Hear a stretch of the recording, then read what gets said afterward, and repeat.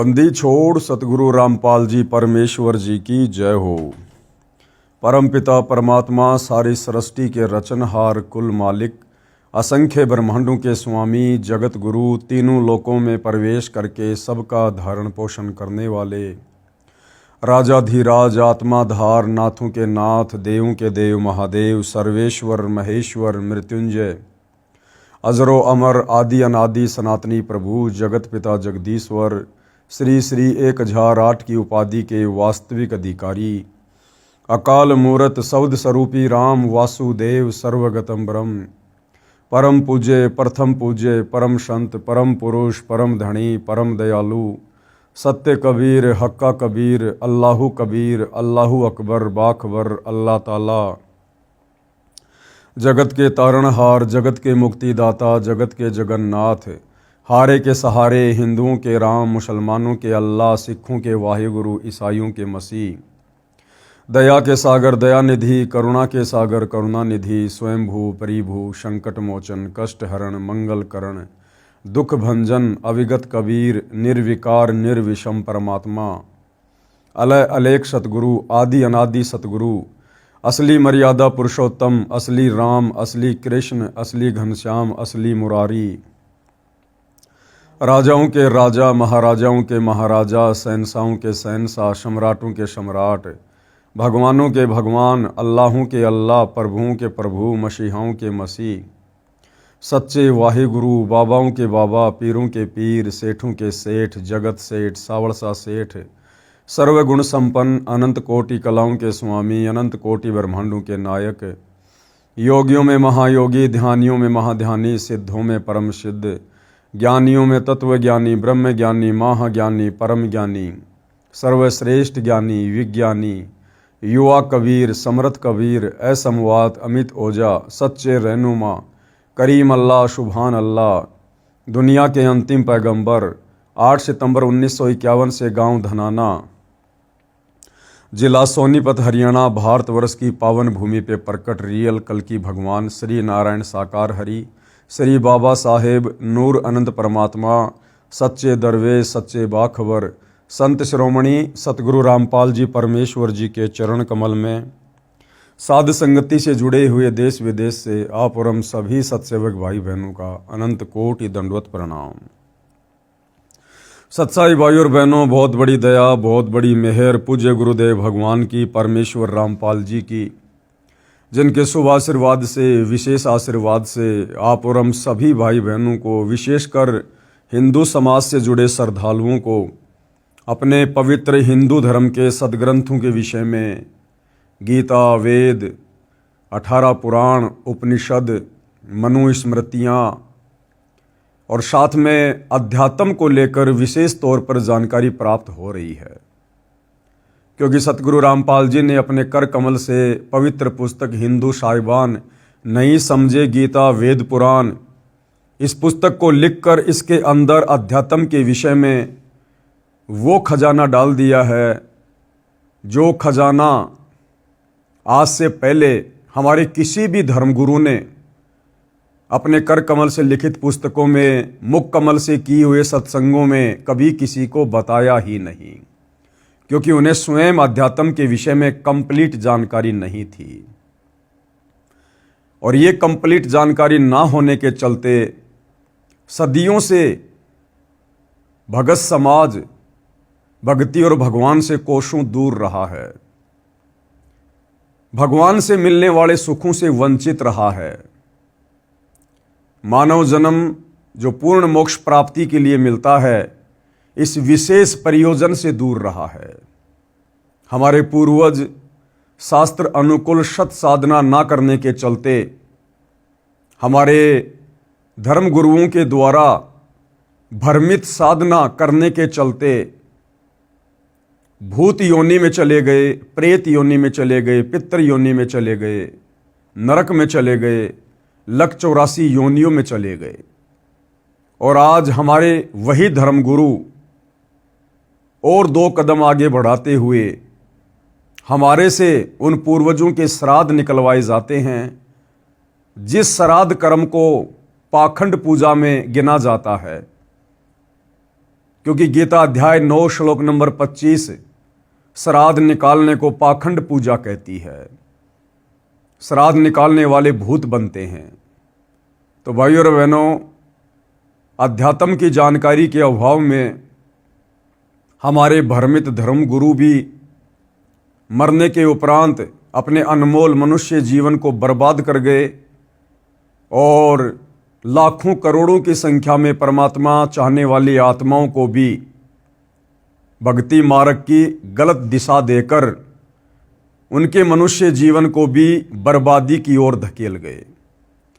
अब दया करी सतगुरु रामपाल जी ने इस पृथ्वी पर प्रकट होकर हमें सत्य आध्यात्मिक जानकारी दे रहे हैं और हमारे उस बिगड़ते हुए मनुष्य जीवन को संवारने का मौका दे रहे हैं।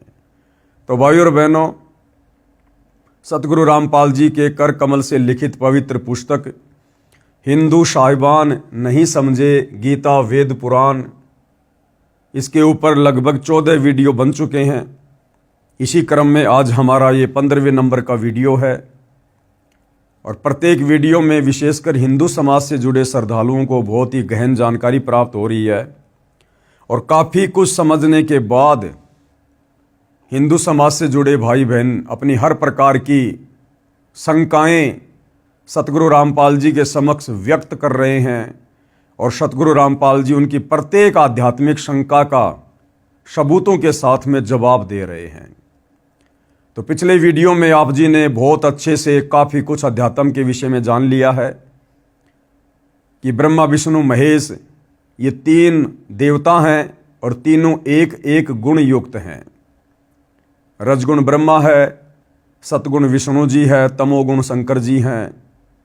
इन्हीं को त्रिगुणमयी माया कहा जाता है और इसी त्रिगुणमयी माया के माध्यम से इनके पिता काल निरंजन ज्योति निरंजन इस काल ब्रह्म ने पूरे प्राणी समुदाय को अपने जाल में फंसा रखा है। इस काल की भक्ति से भी मोक्ष नहीं है, दुर्गा की भक्ति से भी मोक्ष नहीं है, ब्रह्मा विष्णु महेश की भक्ति से भी मोक्ष नहीं है, अन्य देवी देवताओं की भक्ति साधना से भी मोक्ष नहीं है। ना तीर्थों पर जाने से, ना धाम पूजा करने से, ना पिंड भरने से, ना पितरों की पूजा करने से, ना कावड़ लाने से, ना पैदल यात्रा करने से। मोक्ष का मार्ग हमारे धर्मशास्त्रों में वर्णित है, लेकिन हमारे धर्मगुरु तत्व ज्ञान के अभाव में वो आध्यात्मिक खजाना हमें निकाल कर दे नहीं पाए। तो बहुत सारी जानकारी होने के बाद धीरे धीरे हिंदू समाज से जुड़े श्रद्धालु आगे से आगे अपनी जिज्ञासा रखते हैं, सवाल करते जा रहे हैं और इसी कड़ी में उनका जो अगला सवाल है सतगुरु रामपाल जी से वो ये है कि पूजा तथा साधना में क्या अंतर है। यानी हिंदू धर्म से जुड़े भाई बहन कह रहे हैं कि आप जी एक तरफ तो कहते हो कि गीता बोलने वाले इस काल ब्रह्म की भक्ति से भी मोक्ष नहीं है, फिर ब्रह्मा विष्णु महेश की भक्ति से भी मोक्ष नहीं है क्योंकि आपने गीता अध्याय 7 श्लोक नंबर 12 से 15, गीता अध्याय 7 श्लोक नंबर 20 और 23 दिखा दिया है। फिर आप जी कहते हैं कि मैं अपने भक्तों को ब्रह्मा विष्णु महेश की भक्ति के मंत्र देता हूँ, दुर्गा का मंत्र देता हूँ। ये बात हमारे समझ में नहीं आई। आप संत रामपाल जी एक तरफ तो कहते हैं कि ब्रह्मा विष्णु महेश की भक्ति से मोक्ष नहीं है, इस ब्रह्म की भक्ति से मोक्ष नहीं है, और फिर आप अपने भक्तों को इनकी भक्ति के मंत्र भी देते हैं। तो ये दोनों बातें कैसे? तो इसके लिए गुरुदेव भगवान हमें समझा रहे हैं कि भाई साधना और पूजा इन दोनों में रात दिन का अंतर है।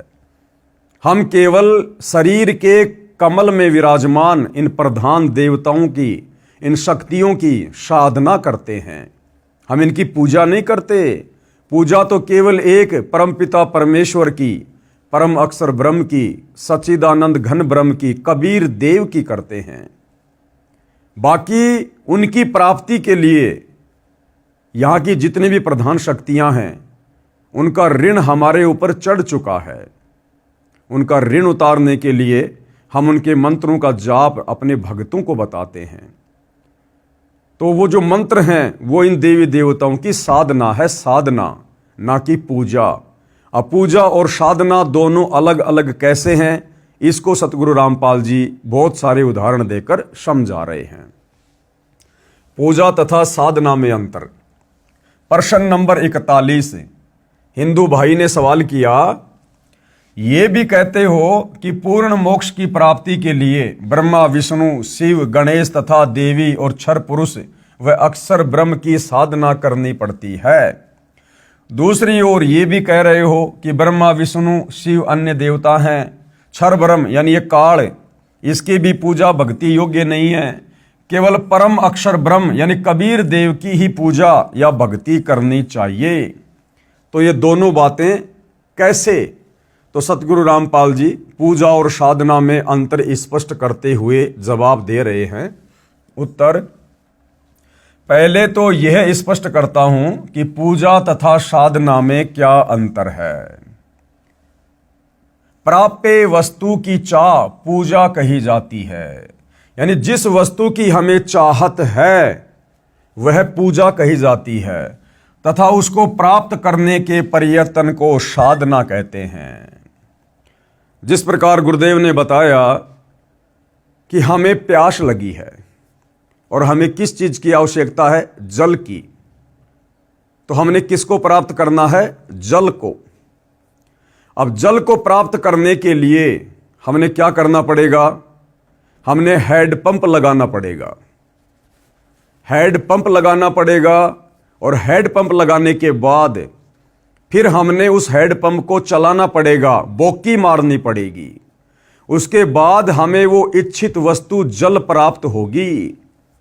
तो ठीक इसी प्रकार पूजा और साधना में अंतर को समझिए।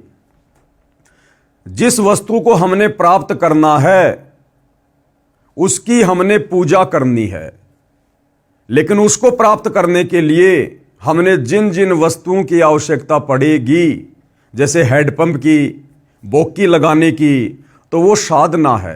जब हम हैंडपंप को लगाकर उसको बोकी मारेंगे, उसकी साधना करेंगे, तो हमें वो इच्छित वस्तु जल प्राप्त होगी जिसकी हमें चाहत है।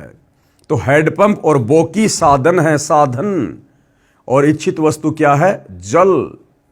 ठीक इसी प्रकार पूर्ण ब्रह्म परमात्मा और उसका सनातन परम धाम सतलोक जो हमें चाहिए, हम पूजा तो करेंगे उस परमपिता परमेश्वर की, लेकिन उनको प्राप्त करने के मार्ग में हमने शरीर में बने हुए जो कमल चक्र हैं और इनमें जो प्रधान देवी देवता हैं, हमने उनकी भी साधना करनी पड़ेगी। 21 ब्रह्मांड के स्वामी काल निरंजन की भी हमने साधना करनी पड़ेगी, ओम नाम की, क्योंकि हम इसके 21 ब्रह्मांड में युगों युगों से रह रहे हैं। हम इसके कर्जवान हो चुके हैं। ये 21 ब्रह्मांड इस काल ने, ज्योति निरंजन ने, इस क्षर पुरुष ने, ब्रह्मा विष्णु महेश के पिताजी ने, इस गीता बोलने वाले काल ब्रह्म ने सतलोक में तपस्या करके परमपिता परमेश्वर कबीर साहिब जी से प्राप्त किए थे, और हम इसके साथ इसके 21 ब्रह्मांड में आ गए। तो ये 21 ब्रह्मांड इस काल के द्वारा प्राप्त किए गए हैं तपस्या करके, और हम इसके ब्रह्मांडों में रह रहे हैं, खा रहे हैं, पी रहे हैं, सूर्य से धूप ले रहे हैं, पृथ्वी पर अन्न उगाकर खा रहे हैं, जल पी रहे हैं, फल फ्रूट खा रहे हैं, अनाज पैदा कर रहे हैं, हवा ले रहे हैं। तो हम सभी आत्माओं के ऊपर इस काल ब्रह्म का ऋण चढ़ा हुआ है, और जब तक हम इसका ऋण नहीं उतारेंगे तब तक ये हमें आगे जाने का रास्ता नहीं देगा, क्योंकि परमात्मा ने ये एक विधान बना रखा है। तो ओम नाम की हम इस काल ब्रह्म की साधना करेंगे, और इसका जो कर्जा हमारे ऊपर चढ़ा हुआ है हम इसको दे देंगे। ओम नाम की कमाई हम इसको समर्पित कर देंगे।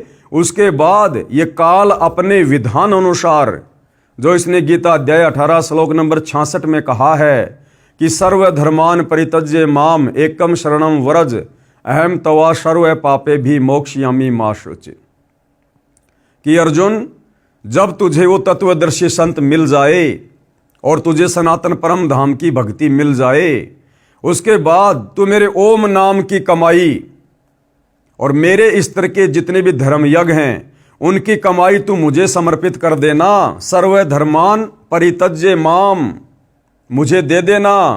और एकम शरणम व्रज, उस एक अद्वितीय परमात्मा की शरण में चले जाना, मैं तुझे ऋण मुक्त कर दूंगा। इसलिए भाई और बहनों, पूजा और साधना में अंतर होता है। तो चाहे इस ब्रह्म के ओम नाम का जाप हो, चाहे ब्रह्मा विष्णु महेश का जाप हो, चाहे दुर्गा जी का जाप हो, चाहे गणेश जी का जाप हो, जो सतगुरु रामपाल जी हमें नाम दीक्षा के समय देते हैं, हम केवल इन प्रधान देवी देवताओं की साधना कर रहे हैं, साधना, ना कि इनकी पूजा। पूजा तो हमने एकमात्र परमपिता परमेश्वर कबीर साहिब की करनी है, जो हमारा इष्ट है।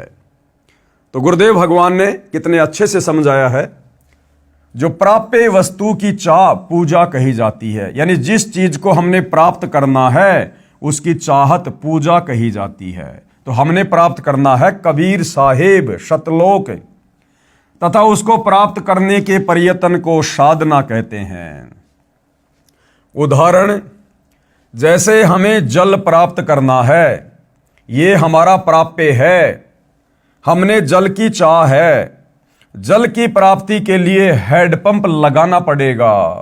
हैंडपंप लगाने के लिए जो जो उपकरण प्रयोग किए जाएंगे, बोकी लगाई जाएगी, यह प्रयत्न है। इसी प्रकार परमेश्वर का वह परम पद प्राप्त करना हमारी चाहत है, यानी सतलोक प्राप्त करना, जहां जाने के पश्चात साधक लौटकर संसार में नहीं आता है। हमारा प्राप्य परमेश्वर तथा उनका सनातन परम धाम है। परमेश्वर कौन? कबीर साहिब।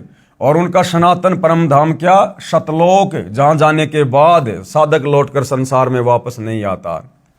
अब उस परमेश्वर को और उसके सनातन परम धाम सतलोक को प्राप्त करने के लिए, उसको प्राप्त करने के लिए किया गया नाम जाप, हवन यज्ञ आदि आदि साधना है। उस साधना से पूज्य वस्तु परमात्मा प्राप्त होगा। यानी जब हमारी भक्ति कंप्लीट हो जाएगी तो हमें सतलोक में परमानेंट जगह मिल जाएगी और हमें वहां परमपिता परमेश्वर कबीर साहिब मिलेंगे। जैसे सवाल नंबर 13 के उत्तर में स्पष्ट किया है, वही सटीक उदाहरण है। उस पूर्ण मोक्ष के लिए 3 बार में दीक्षा क्रम पूरा करना होता है। दूसरा उदाहरण भाई और बहनों, जैसे हम अपने बच्चे को स्कूल भेजते हैं और हमारा टारगेट है कि हमने बच्चे को डॉक्टर बनाना है, डॉक्टर। तो चाहत क्या है? डॉक्टर बनने की। चाहत क्या है? वो नौकरी प्राप्त करने की। लेकिन डॉक्टर बनने के लिए, वो चाहत पूरी करने के लिए उस बच्चे ने स्कूल में जाना पड़ेगा, उसने पढ़ाई करनी पड़ेगी, उसने ट्यूशन करना पड़ेगा, उसने कोचिंग ज्वाइन करनी पड़ेगी। तो डॉक्टर बनने के लिए वो जो मेहनत कर रहा है, जो पढ़ाई लिखाई कर रहा है, वो साधना है। वो पढ़ाई लिखाई करना डॉक्टर बनने के लिए साधना है, साधना। उस साधना को किए बिना, उस पढ़ाई को किए बिना वो बच्चा डॉक्टर की नौकरी प्राप्त नहीं कर सकता, डिग्री प्राप्त नहीं कर सकता। तो ठीक इसी प्रकार हमने प्राप्त करना है सतलोक, और सतलोक का राजा परमपिता परमात्मा कबीर साहिब। लेकिन उस प्राप्ति के लिए हमने इस काल के 21 ब्रह्मांड की सभी प्रधान मुख्य शक्तियों की साधना करनी पड़ेगी। और सतलोक प्राप्त करने के लिए, पूर्ण मोक्ष के लिए 3 बार में दीक्षा क्रम पूरा करना होता है। 3 बार में सतगुरु रामपाल जी दीक्षा क्रम को पूरा करते हैं। और 3 बार में कौन कौन सी दीक्षा दी जाती है, किस प्रकार से दी जाती है, उसका विवरण सतगुरु रामपाल जी बता रहे हैं कि किन किन शक्तियों के मंत्र सतगुरु रामपाल जी 3 बार की दीक्षा में अपने अनुयायियों को देते हैं। सबसे पहला जो मंत्र है उसको कहते हैं प्रथम नाम दीक्षा।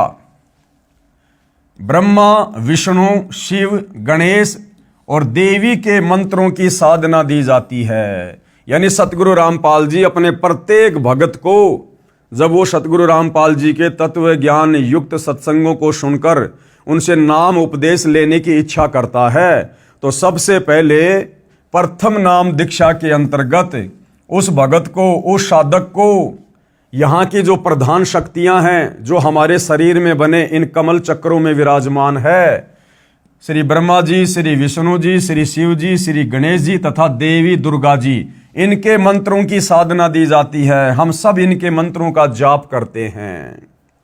दूसरी बार में जो दीक्षा दी जाती है, दूसरी बार में क्षर ब्रह्म तथा अक्षर ब्रह्म के 2 अक्षर मंत्र जाप दिए जाते हैं। दूसरी बार में जो दीक्षा दी जाती है उसको शतनाम कहते हैं, शतनाम। तो जो शतनाम होता है उसमें 2 मंत्र होते हैं। एक मंत्र है 21 ब्रह्मांड के स्वामी, ये गीता बोलने वाला जो भगवान है काल ब्रह्म, ब्रह्मा विष्णु महेश का पिता, इस काल ब्रह्म का मंत्र है। और दूसरा मंत्र अक्षर पुरुष का है जिसके 7 संग ब्रह्मांड हैं, अर्थात गीता जी अध्याय 15 श्लोक नंबर 16 में 2 भगवान बताए गए हैं, 2 पुरुष बताए गए हैं, क्षर और अक्षर। तो क्षर पुरुष ये गीता का ज्ञान देने वाला काल ब्रह्म है और अक्षर पुरुष इससे ऊपर 7 संग ब्रह्मांडों का स्वामी है। तो इन दोनों भगवानों के मंत्र सतगुरु रामपाल जी दूसरी बार की नाम दीक्षा में देते हैं, जिसको शतनाम कहते हैं, जिसको संतों ने सतनाम कहा है। गीता अध्याय 17 श्लोक 23 में 3 नाम हैं, ओम तत् सत। तो जो ओम है ये इस काल ब्रह्म का है और ये जो ये तत् है ये अक्षर पुरुष का है। तो दूसरी जो दीक्षा है उस दीक्षा में ये 2 मंत्र दिए जाते हैं। ओम तो सीधा सीधा इस काल का है और अक्षर पुरुष का भक्ति का जाप है तत्, जो केवल उपदेशी को ही बताए जाते हैं। इस सतनाम में 2 अक्षर होते हैं, एक ओम है, दूसरा तत् है। यह सांकेतिक है अर्थात गुप्त नाम है जो उपदेश के समय उपदेशी को ही बताया जाता है। और तीसरी बार में जो नाम दीक्षा दी जाती है वो पूर्ण ब्रह्म परमात्मा कबीर साहिब जी की दी जाती है, सनातन परम धाम की दी जाती है। तीसरी बार में सारनाम की दीक्षा दी जाती है, जिस मंत्र को गीता अध्याय 17 श्लोक 23 में शत कहा है। यह भी सांकेतिक है, उपदेश लेने वाले को दीक्षा के समय बताया जाता है। इस प्रकार पूर्ण मोक्ष प्राप्त होता है। ये विधि है पूर्ण मोक्ष प्राप्त करने की। अब जो भाई बहन अज्ञानता में विशेषकर हिंदू समाज से जुड़े हुए जो ये कह देते हैं कि भाई आपके गुरु सतगुरु रामपाल जी तो हिंदू देवी देवताओं की भक्ति छुड़वाते हैं, आपके सतगुरु रामपाल जी तो सनातन विरोधी हैं, हिंदू विरोधी हैं। तो देख लो भाइयों और बहनों, जिन्हें आप हिंदू विरोधी कहते हैं, सनातन विरोधी कहते हैं, सनातन के जो मुख्य मुख्य देवी देवता हैं ब्रह्मा विष्णु महेश गणेश जी और दुर्गा जी, इन 5 प्रधान शक्तियों के मंत्र सतगुरु रामपाल जी अपने भक्तों से जाप करवाते हैं।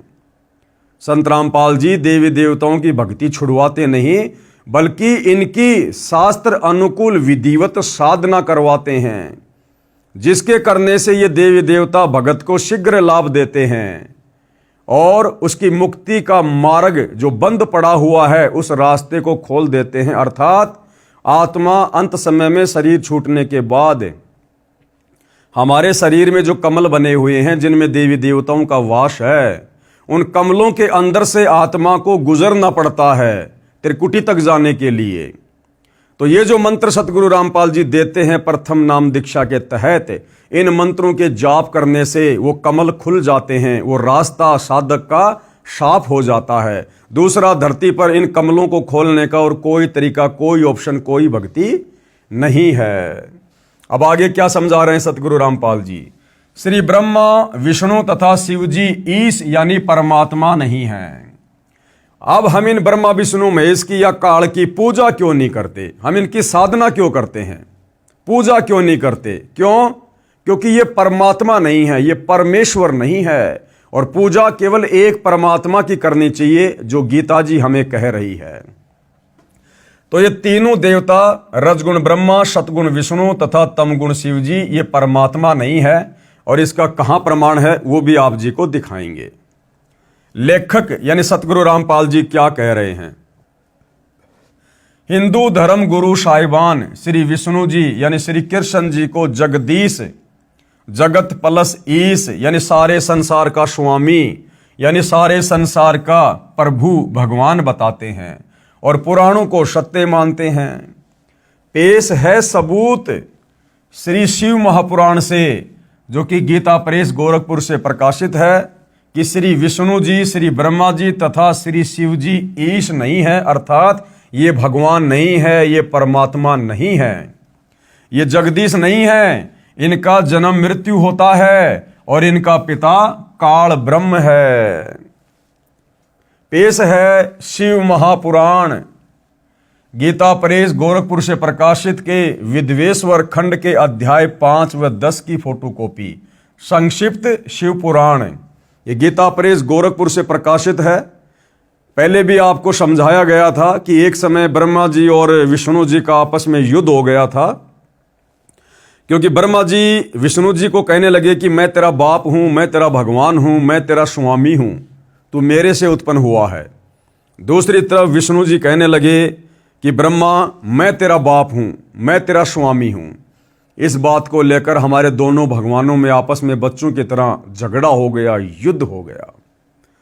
अब इनके इस प्रकार युद्ध को देखते हुए इनका जो पिता है काल ब्रह्म, ज्योति निरंजन, गीता का ज्ञान देने वाला ब्रह्म, अब इतना तो आप भाई बहनों को पता हो गया इस पवित्र पुस्तक को पढ़कर कि ये काल ब्रह्म ये किसी के सामने अपने ओरिजिनल काल रूप में प्रकट नहीं होता। ये या तो अपने बेटे ब्रह्मा का रूप धारण करता है, या विष्णु का, या शंकर जी का, या अन्य कोई छलबल करता है। अब इस काल ब्रह्म ने देखा यदि मेरे बेटे आपस में इसी प्रकार लड़ते रहे, झगड़ते रहे, तो नीचे की सृष्टि कौन चलाएगा, मेरे लिए भोजन की व्यवस्था कैसे होगी। और इनको तो घमंड हो गया, ब्रह्मा कह रहा कि मैं भगवान, विष्णु कह रहा कि मैं भगवान। तो काल ने सोचा कि तेरे को तो कल को कोई पूछेगा ही नहीं। तो काल ने क्या किया, स्तंभ रूप बनाया, बहुत लंबा चौड़ा तेजोमय, और जहां ब्रह्मा विष्णु महेश झगड़ा कर रहे थे उन दोनों के बीच में वो स्तंभ खड़ा कर दिया। ये जो स्तंभ आप जी देख रहे हैं, ये इस काल ब्रह्म ने स्तंभ खड़ा कर दिया अपनी शक्ति से, तेजोमय। अब ये दोनों देवता आपस में लड़ाई करना तो भूल गए और इस स्तंभ के और छोर को देखने में व्यस्त हो गए कि ये क्या आ गया बीच में अचानक से। इसके और छोर को देखने लगे। इतने में भाई और बहनों वहां पर ये काल ब्रह्म, ये ज्योति निरंजन, गीता का ज्ञान देने वाला क्षर पुरुष अपने बेटे शिव जी का रूप धारण करके वहां प्रकट हो गया और अपनी पत्नी दुर्गा को पार्वती रूप बनाया और कहने लगा कि तुम दोनों भगवान नहीं हो पुत्रों, तुम दोनों भगवान नहीं हो। तुमने कैसे अपने आप को कर्ता मान लिया, ईश मान लिया। तुम्हें तो केवल मैंने एक एक कार्य दिया है, उत्पत्ति का कार्य ब्रह्मा को और स्थिति का कार्य यानी पालन पोषण का कार्य विष्णु को। तुम जो अपने आप को भगवान कह रहे हो ना, ये तो बड़ा अद्भुत है। और कुछ समय बाद इस काल ब्रह्म ने ये जो तेजोमय लिंग है, स्तंभ है, इसको अपने प्राइवेट पार्ट अर्थात लिंग के रूप में परिवर्तित कर दिया। और उसके बाद ब्रह्मा विष्णु महेश को आदेश दिया कि आज के बाद इस मेरे लिंग की पूजा शुरू करो। और ब्रह्मा विष्णु महेश ने उस आदेश की पालना करते हुए उस काल ब्रह्म के प्राइवेट पार्ट लिंग की पूजा कर दी, जो आज आम हिंदू समाज कर रहा है। क्योंकि भाई और बहनों अब आपको पता चल गया है अच्छे से कि ये काल कभी भी अपनी तरफ से मुक्ति का मार्ग जीव को नहीं देता है। मुक्ति का मार्ग मिलता है शास्त्र अनुकूल सत्य साधना करने से, और काल हमें कभी भी शास्त्र अनुकूल सत्य भक्ति नहीं करने देगा। ये नहीं चाहेगा कि कोई भी आत्मा तत्वदर्शी संत की शरण में जाकर शास्त्र अनुकूल सत्य भक्ति धर्म कर्म यज्ञ करके और मेरे 21 ब्रह्मांड से बाहर चली जाए। क्यों? क्योंकि परमपिता परमात्मा कबीर साहिब जी की तरफ से इस काल को एक श्राप लगा हुआ है। इसे प्रतिदिन 1 लाख मानव शरीरधारी स्त्री पुरुषों के सूक्ष्म शरीर में जमा वासना मैल गंध को खाने का श्राप लगा हुआ है।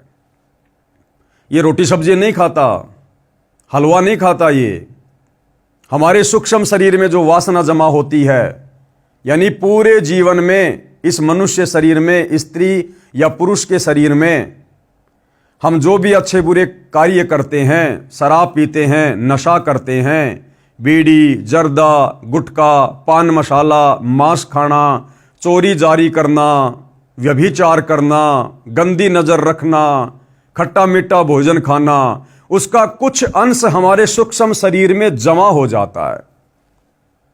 अब ये सूक्ष्म अंश क्या है? जिस प्रकार भाइयों और बहनों हमने कोई मीठी वस्तु खाई, मान लीजिए हमने आम खाया, आम को जैसे हमने मुंह में लिया बड़ा आनंद आया, लेकिन मुंह से अंदर जाते ही वो आनंद नहीं रहा। तो वो जो आनंद आया था, जो टेस्ट आया था हमें, जो सूक्ष्म था, वो टेस्ट, वो आनंद हमारे सूक्ष्म शरीर में जमा हो जाता है, उसको वासना कहते हैं। और हमारे शरीर छोड़ने के बाद हमारा स्थूल शरीर तो यही रह जाएगा, कोई जमीन में गाड़ देगा, कोई जला देगा, कोई क्या करेगा अंतिम संस्कार के रूप में। लेकिन सूक्ष्म शरीर वो नहीं मरता, और सूक्ष्म शरीर के अंदर पूरे जीवन में हमने जो भी कर्म कुकर्म किए हैं, जैसा भी भोजन खाया है अच्छा या बुरा, जैसा भी नशा किया है, मांस खाया है, उसका अंश जमा होता है। और सूक्ष्म शरीर में ये प्राणी सीधा इस काल ब्रह्म के पास जाता, 21वें ब्रह्मांड में, जहां पर इसने तपतशिला बना रखी है। वहां ये सूक्ष्म शरीर में इस जीव को भून भून के खाता है, उसकी गंध निकालता है, उसकी वासना निकालता है गर्म करके। और जीव वहां पर बड़ा दुखी होता है, बहुत परेशान होता है, लेकिन मरता नहीं है। उसके बाद उस प्राणी को जब उसकी वासना निकल जाती है, काल का भोजन निकल जाता है, उसको अचेत करके धर्मराज के दरबार में भेज देता है, जहां फिर आगे उसका भविष्य निर्धारण होता है, उसकी किस्मत बनती है। वो नरक में जाएगा, स्वर्ग में जाएगा, वापस लक 84 में जाएगा, या कौन सी उसको योनि मिलेगी। तो इस प्रकार से भाइयों और बहनों, ये काल कभी नहीं चाहता कि कोई भी प्राणी मेरे किस ब्रह्मांड में, यहां तक कि इसके तीनों पुत्र ब्रह्मा विष्णु महेश भी सत भक्ति कर लें। ये अपने तीनों बेटे ब्रह्मा विष्णु महेश को भी अध्यात्म के नाम पर भ्रमित रखता है, सच्चा ज्ञान नहीं होने देता। इसलिए ये काल हमें कभी भी सत्य साधना से परिचित नहीं होने देता, क्योंकि हम सब इसका भोजन है यहां पर। तो काल ने हमारे को भक्ति और भगवान के नाम पर और अधिक भटकाने के लिए अपनी प्राइवेट पार्ट लिंग की पूजा जगत में शुरू करवा दी, जो विशेषकर पूरा हिंदू समाज कर रहा है। अब देखते हैं भाइयों और बहनों, हिंदू धर्मशास्त्र से, ये हिंदू धर्मशास्त्र है, ये प्रमाणित है, कोई इसको झुटला नहीं सकता। सदियों से हमारे धर्म गुरु हमें दिखाते आ रहे हैं, पढ़ाते आ रहे हैं, इनकी कथा करते आ रहे हैं। ये शिव महापुराण है, गीता प्रेस गोरखपुर से प्रकाशित है। इसके विद्वेश्वर खंड के अध्याय 5 व 10 की फोटोकॉपी है। ये सचित्र है, ये चित्र आपके सामने है। ये श्री ब्रह्मा जी हैं, ये श्री विष्णु जी हैं। पहले दोनों युद्ध कर रहे थे, बीच में काल ने स्तंभ खड़ा कर दिया। बाद में अपने बेटे शंकर के रूप में खुद प्रकट हो गया, अपनी पत्नी दुर्गा को पार्वती रूप बनाकर उसको प्रकट कर दिया, और फिर इस स्तंभ को अपने प्राइवेट पार्ट लिंग के रूप में चेंज कर दिया, और अपने दोनों बेटों को आज्ञा दी कि आज के बाद जगत में इस लिंग की पूजा करो। तो ब्रह्मा विष्णु महेश के माध्यम से फिर पूरे संसार में ये लिंग पूजा शुरू हो गई।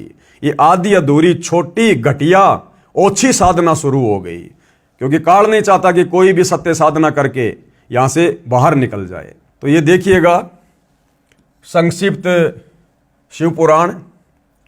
पुत्रों, ये काल ब्रह्म अपने बेटे शंकर का रूप धारण करके ब्रह्मा विष्णु महेश के पास आके क्या बोला? पुत्रों, तुम दोनों ने तपस्या करके प्रसन्न हुए मुझ परमेश्वर से सृष्टि और स्थिति नाम 2 ये कृत्य प्राप्त किए हैं।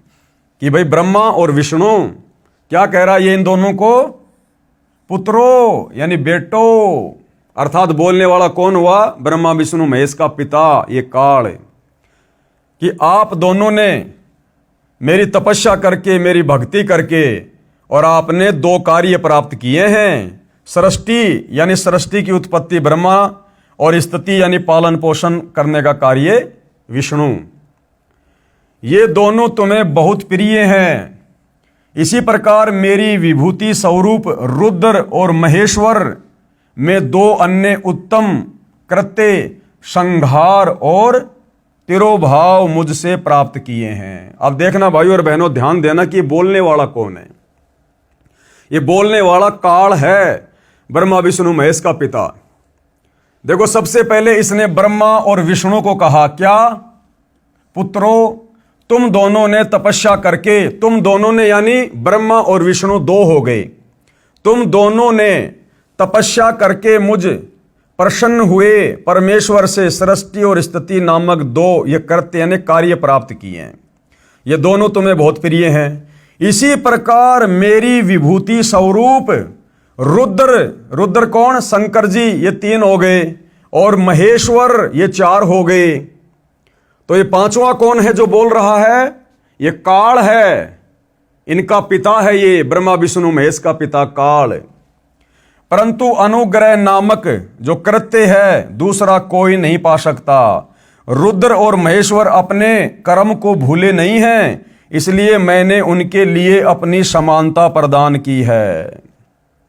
तो यहां पर साफ साफ आप जी ने देखा भाई और बहनों, आपके सामने है, वे रूप वेश कृत्य वाहन आसन और आयुध आदि में मेरे समान ही हैं। मैंने पूर्व काल में अपने स्वरूप भूत मंत्र का उपदेश किया है जो ओकार के रूप में प्रसिद्ध है। ओकार यानी ओम। और गीता अध्याय 8 श्लोक नंबर 13, ये गीता ज्ञान देने वाला काल ब्रह्म क्या कह रहा है कि मेरा तो एक ओम मंत्र है। ओम इति एक अक्षर ब्रह्म व्यवहारण माम अनुस्मरण ये पर्याति तजन देहम सयाति परमाम गतिम। और यहां पर भी ब्रह्मा विष्णु महेश के सामने शिव रूप बनाकर ये काल क्या बोल रहा है कि उपदेश किया है जो ओंकार के रूप में प्रसिद्ध है, यानी ओम के रूप में। वह महामंगलकारी मंत्र है। सबसे पहले मेरे मुख से ओंकार ओम प्रकट हुआ जो मेरे स्वरूप का बोध कराने वाला है। ओंकार वाचक है और मैं वाच्य हूं। यह मंत्र मेरा स्वरूप ही है। अर्थात ओम मंत्र किसका? काल का, ब्रह्म का। तो यहां पर आकर ब्रह्मा विष्णु महेश के बीच में ये कौन ज्ञान दे रहा है? इनका पिता काल ब्रह्म। प्रतिदिन ओंकार का यानी ओम का निरंतर सुमरण करने से मेरा ही सदा सुमरण होता है। मेरे उत्तरवर्ती मुख से अकार का, पश्चिम मुख से उकार का, दक्षिण मुख से मकार का, पूर्ववर्ती मुख से बिंदु का तथा मध्यवर्ती मुख से नाद का प्रकाट्य हुआ। इस प्रकार 5 अवयवों से युक्त ओंकार का विस्तार है। इन सभी अवयवों से एकीभूत होकर वह प्रणव ओम नामक एक अक्षर हो गया। ओम नामक एक अक्षर हो गया। अर्थात ये काल है, ब्रह्म है, जो अपने पुत्र शिव के रूप में ब्रह्मा और विष्णु के बीच में प्रकट हो गया। क्योंकि साफ साफ कह रहा है ये वह प्रणव ओम नामक एक अक्षर हो गया। और गीता अध्याय 8 श्लोक 13 में ये खुद कह रहा है कि मेरा एक ओम मंत्र है। अर्थात ब्रह्मा विष्णु महेश के पिता का नाम काल ब्रह्म है। ब्रह्मा विष्णु महेश के माता पिता हैं, दुर्गा इनकी माता है और पिता इनका ये काल ब्रह्म है। अर्थात ब्रह्मा विष्णु महेश का जन्म काल और दुर्गा के संयोग से, भोग विलास से, शारीरिक संबंध बनाने से, पति पत्नी कर्म करने से हुआ है। तो ब्रह्मा विष्णु महेश का तो जन्म हुआ है, और जो जन्मता और मरता है वो पूजा के योग्य नहीं होता, वो पूजा के योग्य नहीं होता है। इसलिए ब्रह्मा विष्णु महेश की पूजा नहीं की जाती। और ये ब्रह्मा विष्णु महेश ये परमात्मा नहीं है, ईश नहीं है। क्योंकि आपस में इसी बात को लेकर तो इनका युद्ध हो रहा था भाई। आपस में इसी बात को लेकर तो इन दोनों भाइयों की लड़ाई हो रही थी, ये ब्रह्मा जी ये विष्णु जी, कि मैं परमात्मा मैं परमात्मा। तो बीच में इनका पिता काल ब्रह्म आ गया शंकर जी का रूप बनाकर, और उसने क्लियर कर दिया कि तुम्हारे को तो मैंने ड्यूटी दे रखी है, एक एक कार्य दे रखा है। ये जो ब्रह्मा जी है ये काम करेगा सृष्टि का यानी उत्पत्ति का, और विष्णु तेरे को कार्य दे रखा मैंने पालन पोषण करने का। तुम परमात्मा नहीं हो, तुम भगवान नहीं हो। ये क्लियर है भाई और बहनों आप जियों के सामने। अब जब ब्रह्मा विष्णु महेश भगवान नहीं है, परमात्मा नहीं है, तो इनकी पूजा भी नहीं हो सकती है। कृपया पढ़ें प्रमाण के लिए शिव महापुराण श्री वेंकटेश्वर प्रेस मुंबई से प्रकाशित, जिसमें संस्कृत यानी मूल पाठ भी लिखा है, साथ में हिंदी अनुवाद भी किया है। इसके विद्वेश्वर संहिता खंड के अध्याय 5 व 10 की फोटोकॉपी इसी पुस्तक के पेज नंबर 150 पर है, जो हम पहले पढ़ चुके हैं। अब सवाल नंबर है 42। हम चारों वेदों ऋग्वेद, यजुर्वेद, सामवेद तथा अथर्ववेद, श्रीमद् भगवत गीता, 18 पुराणों, महाभारत ग्रंथ तथा श्रीमद् भगवत सुधा सागर को सत्य शास्त्र मानते हैं। यानी पूरा हिंदू समाज इन पवित्र ग्रंथों को तो सत्य मानता ही मानता है। इन्हीं सदग्रंथों को आधार मानकर ज्ञान बताते हैं तथा साधना बताते हैं। श्री कृष्ण उर्फ श्री विष्णु, श्री शिवजी, श्री देवी दुर्गा की पूजा करने को कहते हैं। श्राद्ध करना बताते हैं, देव पूजा करते हैं तथा करवाते हैं। अब वो जो हिंदू भाई है, अब वो सतगुरु रामपाल जी से क्या सवाल कर रहा है कि हम जो हिंदू है ना, हम विशेषकर जो 4 वेद हैं, ऋग्वेद, यजुर्वेद, सामवेद तथा अथर्ववेद, श्रीमद् भगवत गीता, 18 पुराण, महाभारत ग्रंथ तथा श्रीमद् भगवत सुधा सागर को सत्य शास्त्र मानते हैं और इन्हीं सदग्रंथों को आधार मानकर ज्ञान बताते हैं तथा साधना यानी भक्ति बताते हैं। श्री कृष्ण उर्फ श्री विष्णु, श्री शिवजी, श्री देवी दुर्गा जी की पूजा भी करते हैं और श्राद्ध भी निकलवाते हैं और देव पूजा करते हैं तथा करवाते हैं। तो अब सतगुरु रामपाल जी क्या कह रहे हैं? उत्तर, दास यानी संत रामपाल दास बताना चाहता है कि श्रीमद् भगवत गीता अध्याय 16 श्लोक 23-24 में क्या कहा है। गीता जी अध्याय 16 श्लोक नंबर 23 और 24 में साफ साफ कहा है।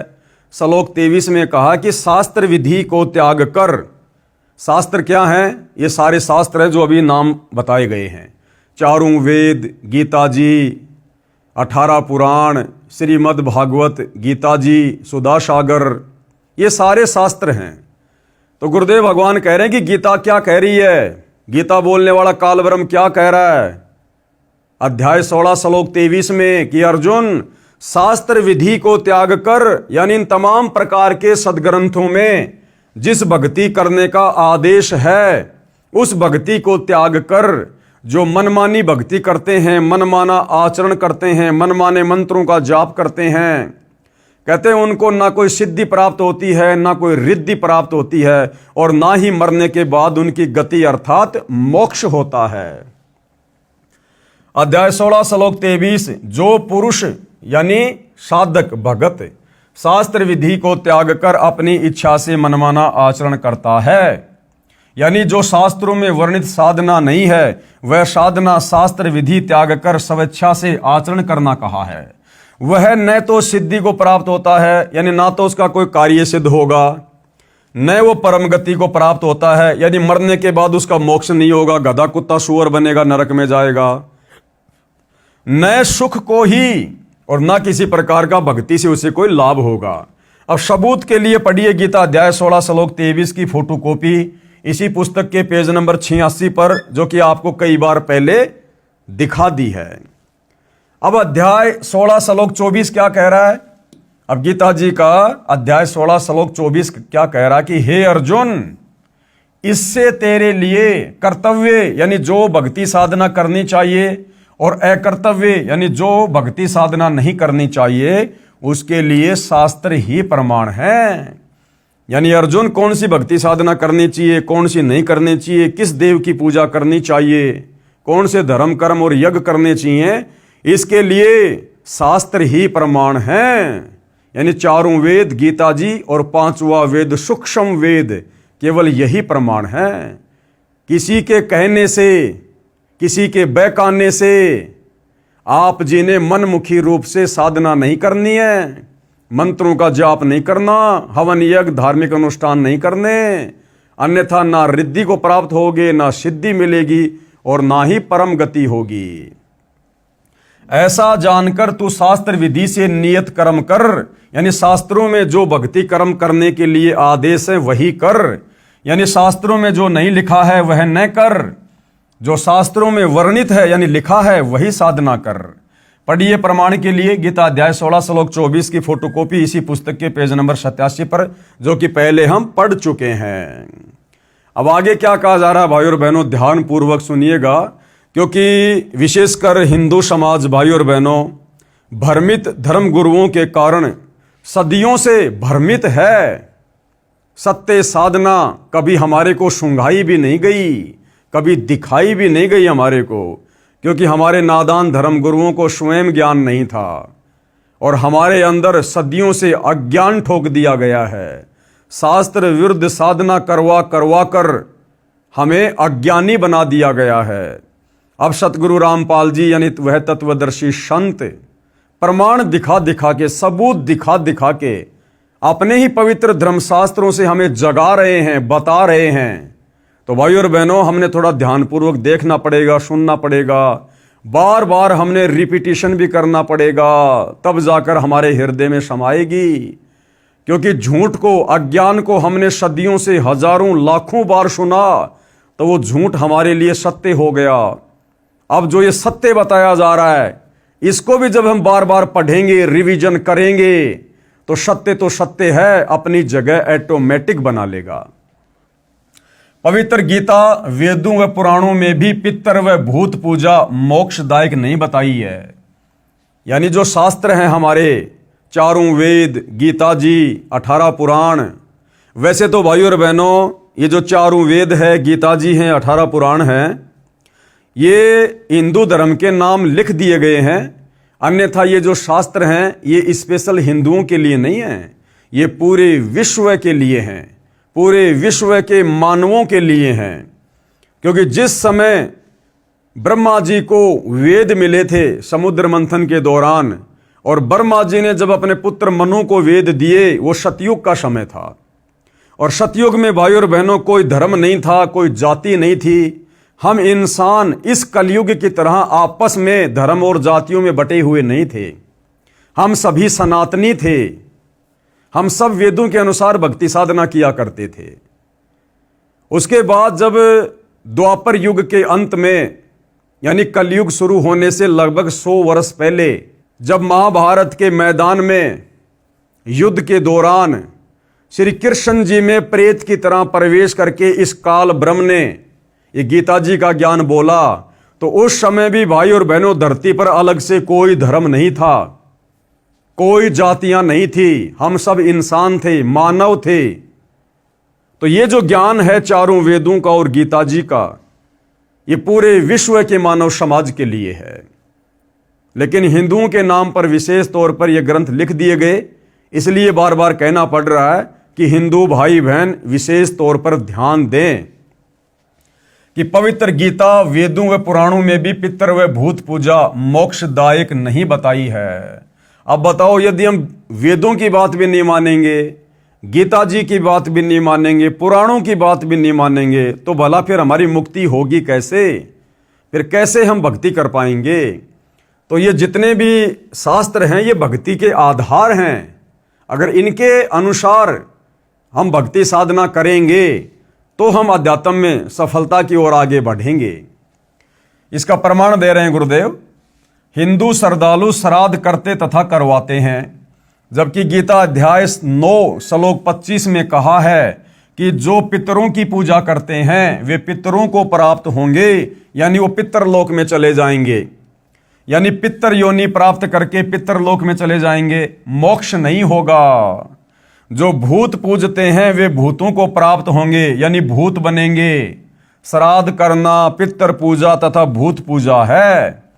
13वीं क्रिया करना, बरसी क्रिया करना, शमशान घाट से शेष बची हड्डियों के अवशेष उठाकर गंगा में प्रवाह करना, वह पुरोहितों से प्रवाह करवाना, आदि आदि सब पितर तथा भूत पूजा है, जिससे मोक्ष नहीं बल्कि दुर्गति प्राप्त होती है।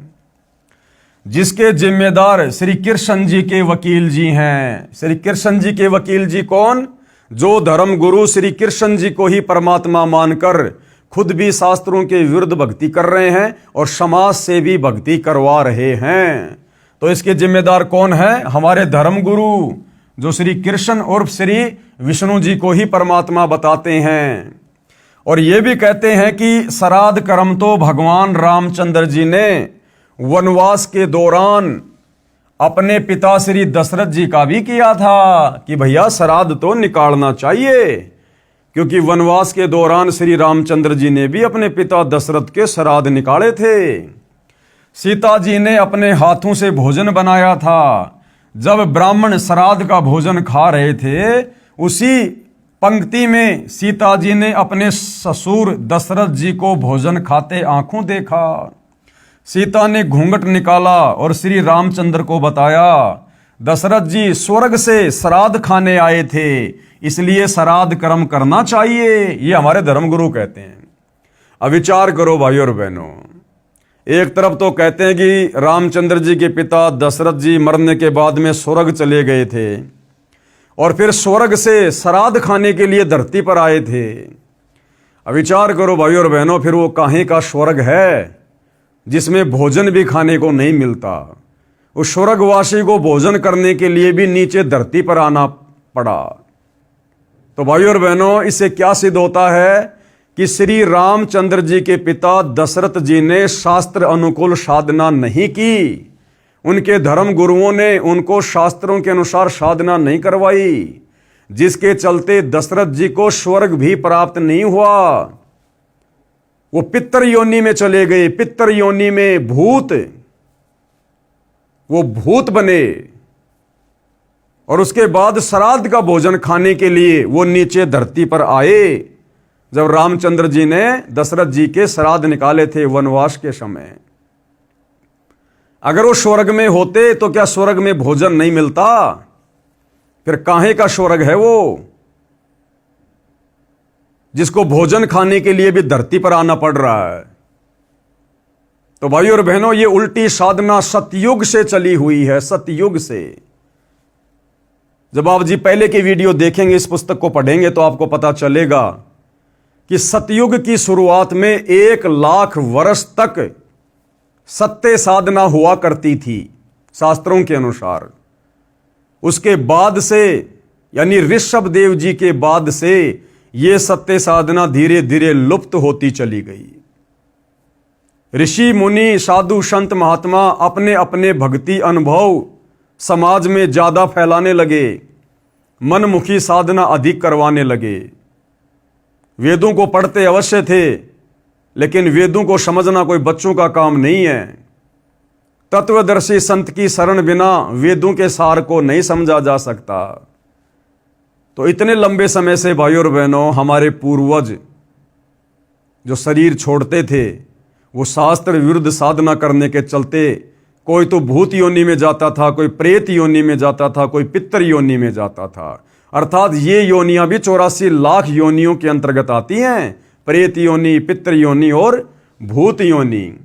तो हमारे धर्मगुरु हवाला देते हैं फिर श्राद्ध का समर्थन करते हुए कि ये श्राद्ध तो रामचंद्र जी ने वनवास के दौरान अपने पिता दशरथ के भी निकाले थे, हमें भी निकालने चाहिए। अरे भैया, श्री रामचंद्र जी ने तो अपनी गर्भवती पत्नी को अयोध्या से भी निकाल दिया था, तो क्या आज हम सभी हिंदू भाई बहनों को भी अपनी अपनी गर्भवती पत्नियों को घर से बाहर निकाल देना चाहिए क्या? श्री रामचंद्र जी ने तो अपनी धर्मपत्नी सीता की अग्नि परीक्षा भी ली थी, तो क्या हम भी जला दें अपनी अपनी पत्नियों को? कहने का मतलब है ये कोई तुक नहीं बनता है अपनी बात को ऊपर रखने का। अब सतगुरु रामपाल जी क्या जवाब दे रहे हैं? इन्होंने, किन लोगों ने? हमारे ज्ञानहीन धर्म गुरुओं ने, श्री कृष्ण जी के वकीलों ने। इन्होंने यानी शास्त्र विधि त्याग कर मनमाना आचरण करने व करवाने वालों ने ही दशरथ जैसी नेक आत्माओं को गलत साधना करने के लिए प्रेरित करके भूत व पितर बनवाया। फिर वह श्राद्ध ही खाएगा, उसे स्वर्ग के पकवान कहां से मिलेंगे या मोक्ष कहां से मिलेगा?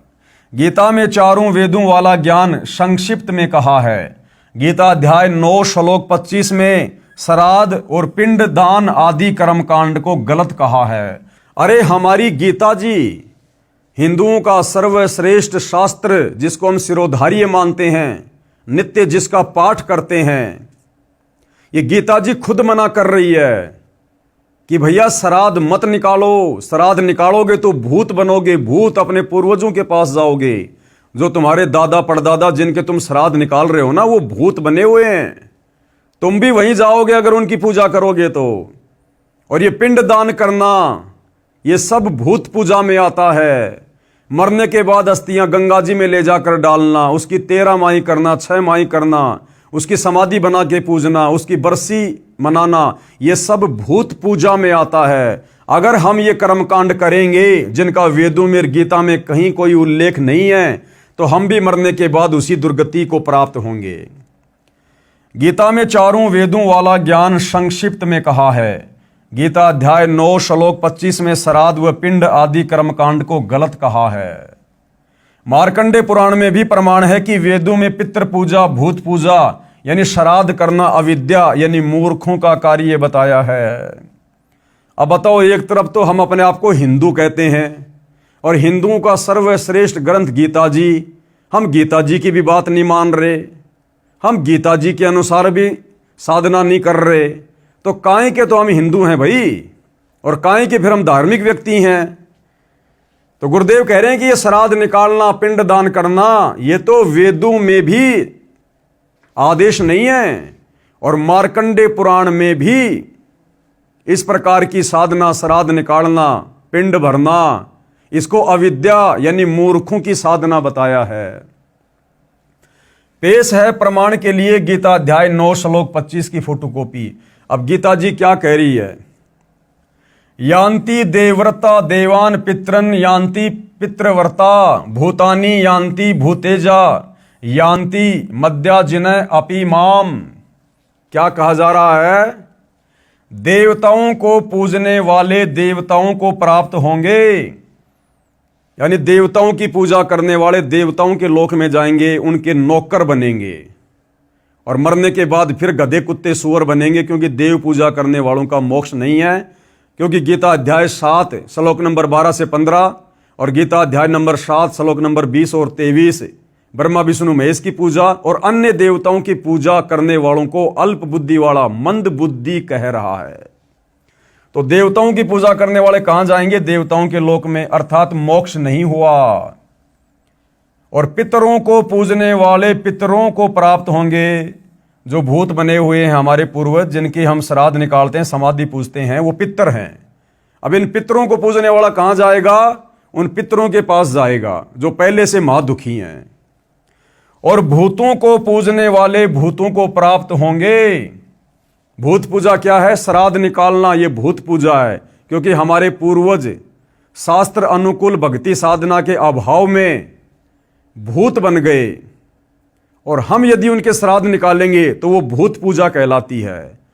अगर हम श्राद्ध निकालेंगे तो मरने के बाद फिर हम उन्हीं के पास जाएंगे, हमारे पूर्वजों के पास, जो भूत योनि में हैं, पहले से महादुखी हैं। और मेरा पूजन करने वाला भगत मुझको ही प्राप्त होता है। और ये काल ब्रह्म, गीता का ज्ञान देने वाला ब्रह्म कह रहा है कि मेरी काल ब्रह्म की भक्ति करने वाला मुझे प्राप्त होगा। तो ये कहाँ रहता है? ये ब्रह्मलोक में रहता है। और गीता अध्याय 8 श्लोक 16 में खुद कह रहा है कि ब्रह्मलोक में गया हुआ साधक भी पुनरावृत्ति में है, अर्थात मेरे ब्रह्मलोक में जाकर भी वापस जन्म मरण में आना पड़ेगा। यह अनुवाद श्री जयदयाल गोविंदका जी का किया हुआ है। गीता प्रेस गोरखपुर से प्रकाशित है। इसमें लिखा है कि इसलिए मेरे भक्तों का पुनर्जन्म नहीं होता। लास्ट में यहां पर क्या लिखा हुआ है? इसलिए मेरे भक्तों का पुनर्जन्म नहीं होता। कौन कहता? ये काल।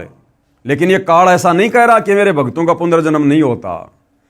ये काल तो सीधा सीधा अध्याय 8 श्लोक नंबर 16 में कह रहा है कि ब्रह्मलोक में गया हुआ साधक भी जन्म मरण में है, पुनरावृत्ति में है। और यहां भी ये नहीं कह रहा इसलिए मेरे भक्तों का पुनर्जन्म नहीं होता। यहां पर भाइयों और बहनों अनुवादकर्ता की गलती है, अनुवादकर्ता की। कैसे? यह अनुवाद श्री जयदयाल गोविंदका जी का किया हुआ गीता प्रेस गोरखपुर से प्रकाशित है। इसमें लिखा है कि इसलिए मेरे भक्तों का पुनर्जन्म नहीं होता। यह गलत लिखा है। ये जो लिखा हुआ ना, ये गलत है। प्रथम तो मूल पाठ में ऐसा कोई शब्द नहीं है जिसका अर्थ यह बनता हो, यानी ये जो मूल पाठ है, जो ये संस्कृत है, इसमें कहीं भी ऐसा कोई शब्द नहीं है जिसका अर्थ ये निकलता हो कि इसलिए मेरे भक्तों का पुनर्जन्म नहीं होता। ये अनुवादकर्ता का मनमुखी अनुवाद है। दूसरे गीता ज्ञान देने वाले ने, यानी इस ब्रह्म ने, गीता अध्याय 2 श्लोक 12 में, गीता अध्याय 4 श्लोक 5 में और गीता अध्याय 10 श्लोक 2 में स्पष्ट किया है कि मेरा पुनर्जन्म होता है। भाई जब इस काल का खुद का पुनर्जन्म होता है, ये खुद जन्म और मृत्यु में है, तो भला ये फिर यहां कैसे कहेगा कि मेरे भक्तों का पुनर्जन्म नहीं होता? जब ये भगवान ब्रह्म खुद जन्म और मरण में है, पुनर्जन्म में है, तो यहां फिर ये क्यों कहेगा कि इसलिए मेरे भक्तों का पुनर्जन्म नहीं होता? तो यहां पर ये अनुवादकर्ता की अपनी मनमुखी सोच है जो अनुवाद इसने किया है। ये तो बार बार जन्मता और मरता है। जब गीता ज्ञानदाता स्वयं जन्मता मरता है तो पुजारी का जन्म मरण कैसे समाप्त हो सकता है?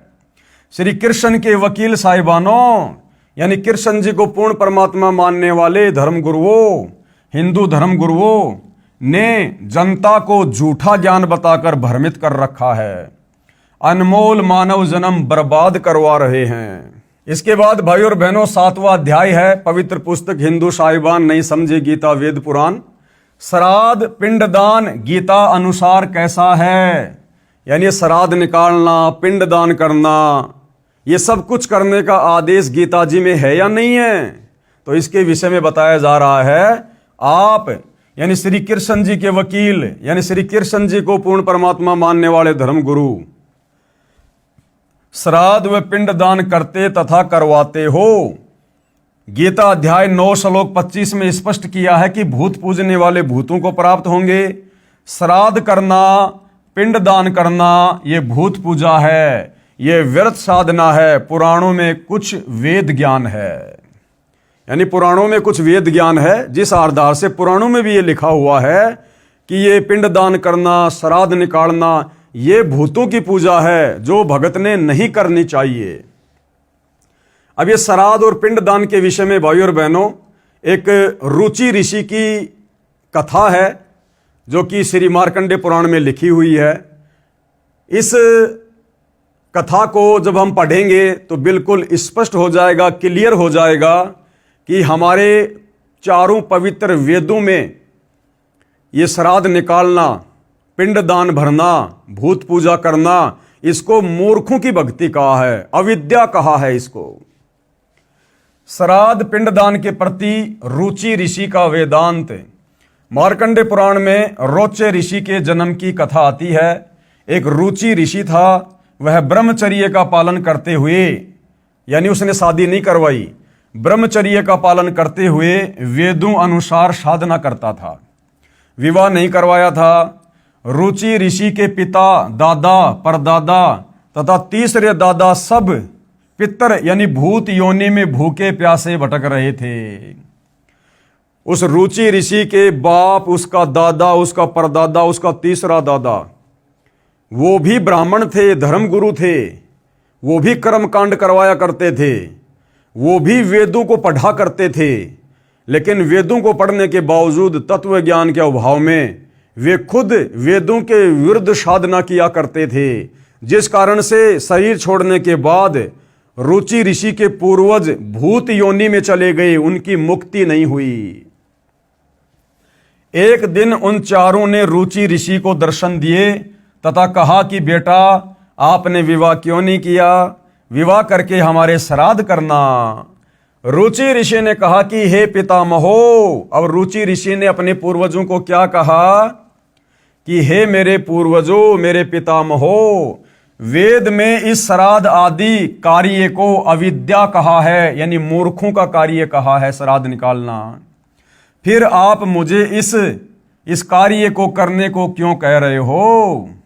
तो पितरों ने क्या कहा कि बेटा ये बात बिल्कुल सत्य है। उसके पितरों ने क्या कहा, क्योंकि वेद तो वो भी पढ़ाई करते थे। पितरों ने कहा कि यह बात सत्य है कि श्राद्ध आदि कर्म को वेदों में अविद्या अर्थात मूर्खों का कार्य ही कहा है, तनिक भी मिथ्या नहीं है। उसके पूर्वज कह रहे हैं बेटा जरा सी भी इसमें झूठ नहीं है। पितरों ने यह भी कहा कि बेटा तुम जिस मार्ग पर चल रहे हो, यानी तुम जो वेदों के अनुसार भक्ति साधना कर रहे हो ना, यह है मोक्ष का मार्ग है, यानी तेरी गति हो जाएगी, तेरी मुक्ति हो जाएगी। अब विचार करो भाई और बहनों, विचार करो। रुचि ऋषि के पूर्वज सब ब्राह्मण यानी ऋषि थे, वेद पढ़ते थे, कर्मकांड वेद विरुद्ध करते थे, लेकिन भक्ति साधना वेदों के विपरीत किया करते थे, जिस कारण से प्रेत योनि में गिरे। तो बताओ, वर्तमान में हम हिंदू समाज के भाई बहन और हमारे धर्मगुरु जो ब्रह्मा विष्णु महेश को परमात्मा मान के पूज रहे हैं, श्राद्ध निकलवा रहे हैं, पिंडदान करवा रहे हैं, 12 माही 6 माही वर्षोद्धी समाधि पूजा करवा रहे हैं, अब बताओ भाई और बहनों, फिर ये कैसे जन्नत में चले जाएंगे? अर्थात इस काल ने भ्रमित करके यहां सबकी दुर्गति करवा रखी है, धर्म के मानने वालों की भी और हमारे धर्म गुरुओं की भी, जिस कारण से प्रेत योनि में गिरे। उन्होंने वेद तो पढ़ रखे थे, इसलिए स्वीकारा कि वेद में ऐसा ही कहा है। फिर उन पितरों ने वेद विरुद्ध ज्ञान बताकर रुचि ऋषि को भ्रमित कर दिया, क्योंकि मोह भी अज्ञान की जड़ है, ये मोह ममता भी अज्ञान की जड़ है। और इसी मोह ममता में फंसकर वेदों के अनुसार भक्ति साधना कर रहा वो रुचि ऋषि भी अपने पूर्वजों की बातों में आ गया कि देखो मेरे पूर्वज कितने दुखी हो रहे हैं भूत बनकर, यदि मैं उनके श्राद्ध नहीं निकालूंगा तो उनकी आत्मा दुखी होगी। इस प्रकार से उन पूर्वजों ने शास्त्रों के अनुसार सत्य भक्ति कर रहे उस अपने बच्चे रुचि ऋषि को भी काल साधना पर लगा दिया, शास्त्र विरुद्ध साधना पर लगा दिया, अपने श्राद्ध निकलवाने शुरू कर दिए और उसकी दुर्गति का मार्ग सामने खड़ा कर दिया। मार्कंडे पुराण के प्रकरण से सिद्ध हुआ कि वेदों में तथा वेदों के ही संक्षिप्त रूप गीता में श्राद्ध और पिंडोतक आदि भूत पूजा के कर्म को निषेध यानी गलत बताया है, नहीं करना चाहिए। उन मूर्ख ऋषियों ने अपने पुत्र को भी श्राद्ध करने के लिए विवश कर दिया। रुचि ऋषि को उसने विवाह कराया, उससे रोचे ऋषि का जन्म हुआ। रुचि ऋषि ने जब विवाह करवाया तो उसको एक बेटा हुआ, उसका क्या नाम रखा? रोचे ऋषि। बेटा भी पाप का भागी बना लिया, पितर बना दिया, यानी जो बाप करेगा वही बेटा करेगा। फिर आश्चर्य की बात तो यह है कि रुचि ऋषि के पितरों ने कहा कि बेटा तुम जिस मार्ग पर चल रहे हो, यानी तुम जो वेदों के अनुसार भक्ति कर रहे हो, श्राद्ध वगैरह नहीं निकालते हो ना, वह तो मोक्ष मार्ग है। फिर भी रुचि को भ्रमित किया कि पितर पूजा और पितर बन करवा दुर्गति जैसे उन पितरों की हो रही थी। रुचि सही मार्ग पर था, उसे भी नरक का भागी बना दिया। ऐसे कर्म हैं इन हिंदू धर्म गुरुओं के। धिक्कार है ऐसे लोगों को जो मानव जाति को भ्रमित करके उनका अनमोल मानव जीवन नष्ट करवा रहे हैं, स्वयं भी दुर्गति को प्राप्त हो रहे हैं। पेश है प्रमाण के लिए संक्षिप्त मार्कंडे पुराण के अध्याय रोचे मनु की उत्पत्ति कथा से संबंधित प्रकरण की फोटोकॉपी। अब ये सारी बातें भाई और बहनों अपनी तरफ से नहीं बोली जा रही, अपनी तरफ से सतगुरु रामपाल जी एक शब्द भी नहीं बोलते हैं। जो बातें उन्होंने कही है हर एक बात का प्रमाण हमारे हिंदू धर्म के पवित्र धर्म शास्त्रों से दे रहे हैं, वो चाहे वेदों के श्लोक हों, चाहे गीता जी के श्लोक हों, चाहे 18 इन पुराणों में से कोई कथा हो।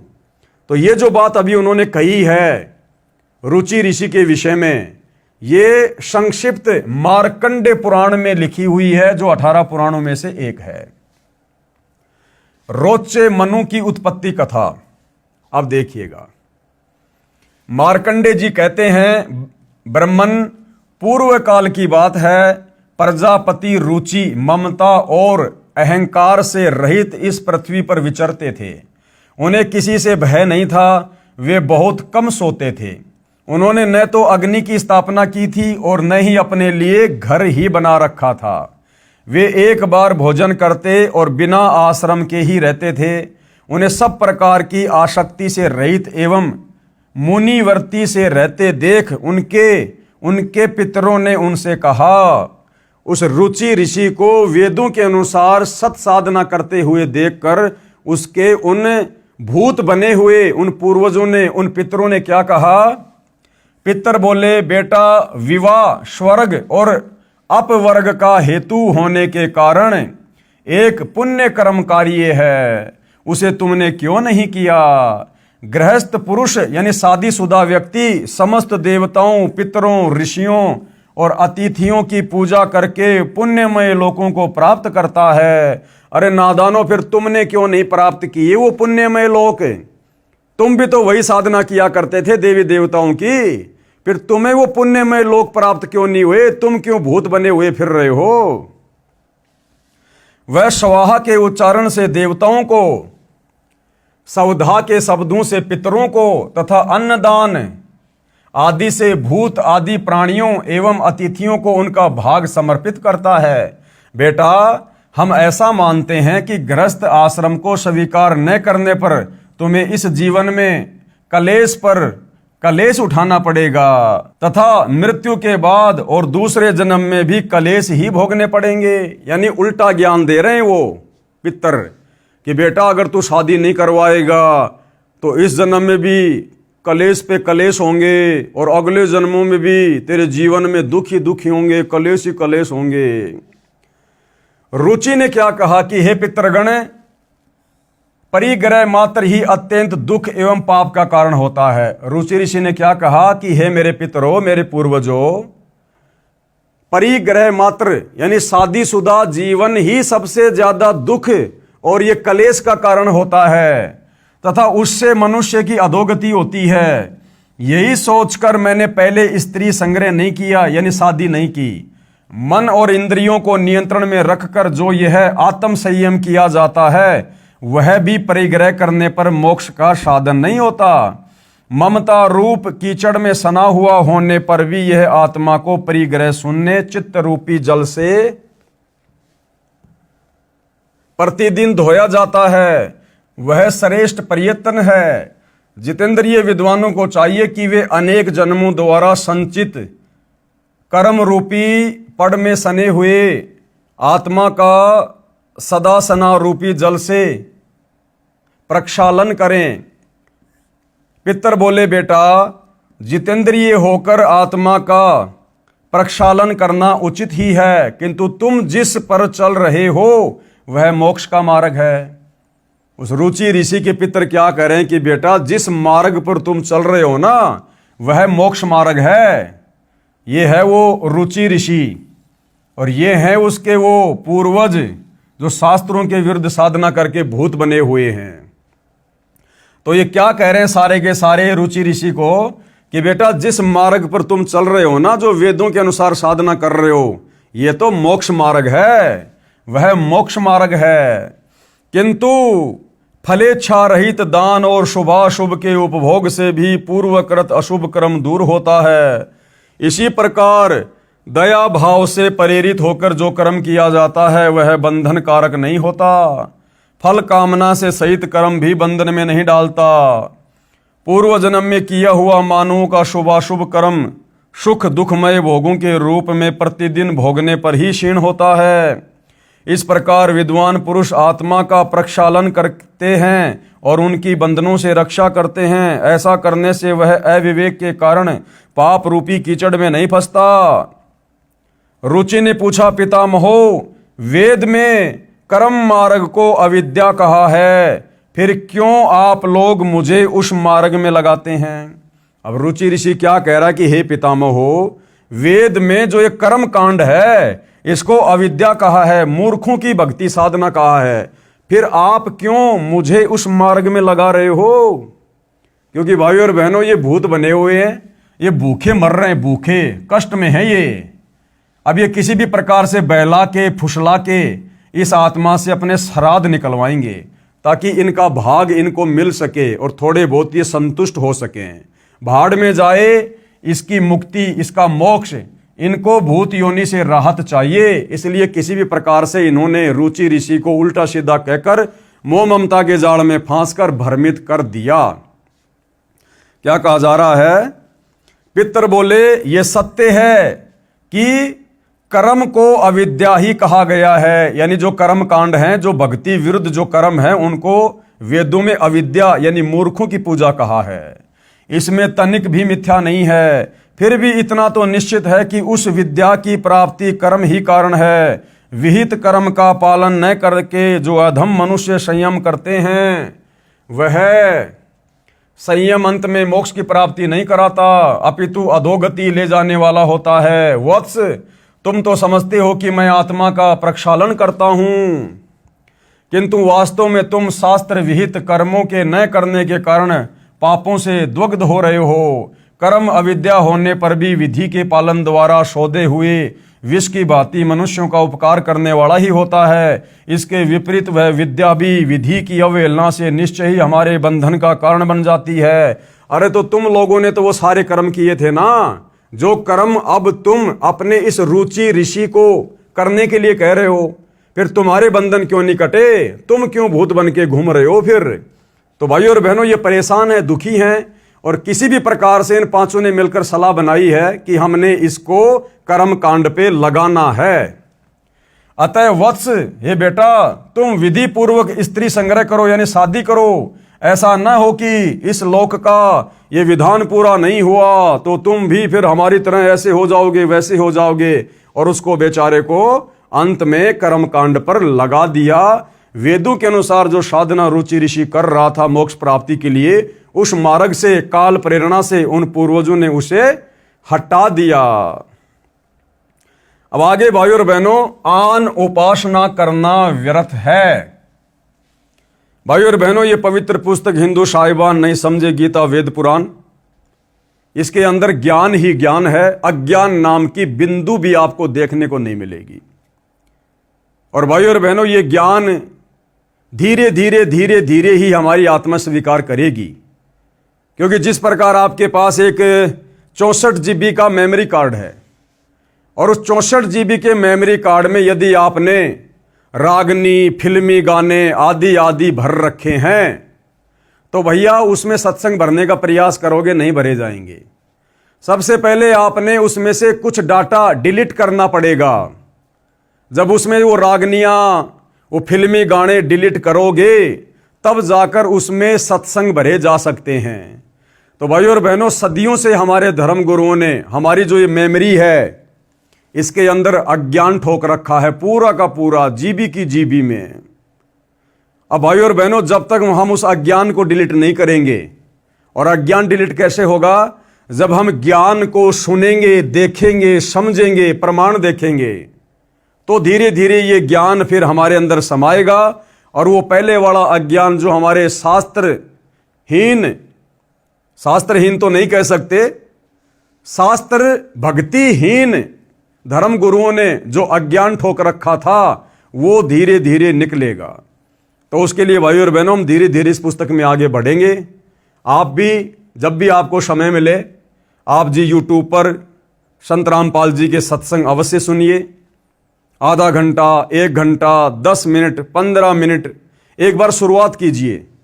धीरे धीरे जब आपकी आत्मा जागृत होगी, आत्मा का अज्ञान उतरेगा, आत्मा अज्ञान वाली नींद से जागेगी, धीरे धीरे आत्मा को फिर आनंद आएगा, सत्य को सुनना चाहेगी, स्वीकार करना चाहेगी। और भाइयों और बहनों, इसी विधि से हमारी बात बनेगी। अन्यथा ये मनुष्य जन्म आप और हमारा आधे से ज़्यादा समाप्त हो चुका है, इसके अगले क्षण का पता नहीं है। और यदि हमने इस सत्य साधना के अभाव में ये शरीर छोड़ दिया, तो भाइयों और बहनों, हमारी भी दुर्गति होगी। हम भी भूत बनेंगे, पितृ बनेंगे, प्रेत योनि में जाएंगे, लक 84 में जाएंगे, नरक में जाएंगे। क्योंकि आप और हम भी, जब से हमने मनुष्य जन्म प्राप्त किया, होश संभाला है, आप और हमने भी वही साधना की है देखा देखी में, जैसे कि हमारे पूर्वज कर रहे थे, हमारे ज्ञानहीन धर्म गुरु हमसे करवा रहे थे। हम वही भूत पूजा करते आ रहे हैं, भैरव भूत हनुमंत की पूजा करते आ रहे हैं, शास्त्र विरुद्ध साधना करते आ रहे हैं, ब्रह्मा विष्णु महेश की साधना करते आ रहे हैं, जिसको करने के लिए गीता जी ने साफ साफ मना किया है। तो भाइयों और बहनों, यदि समय रहते हमने सत्य साधना को स्वीकार नहीं किया, तो आप और हमारी भी दुर्गति दरवाजे पर तैयार है। इसलिए आज वर्तमान में मौका है। सतगुरु रामपाल जी स्वयं तत्वदर्शी संत हैं, सत्य साधना लेकर धरती पर प्रकट हैं। फायदा उठाया जा सके तो उठा लीजिएगा, बाद में पछतावे के अलावा कुछ भी हाथ नहीं लगेगा। तो भाइयों और बहनों, आज के इस एपिसोड में केवल इतना ही। कल परमेश्वर जी के आशीर्वाद से फिर सेवा में हाजिर होंगे। तब तक गुरुदेव भगवान हम सबको आज्ञा दे, आशीर्वाद दे, हमारा मार्गदर्शन करे। बंदी छोड़ सतगुरु रामपाल जी भगवान की जय हो।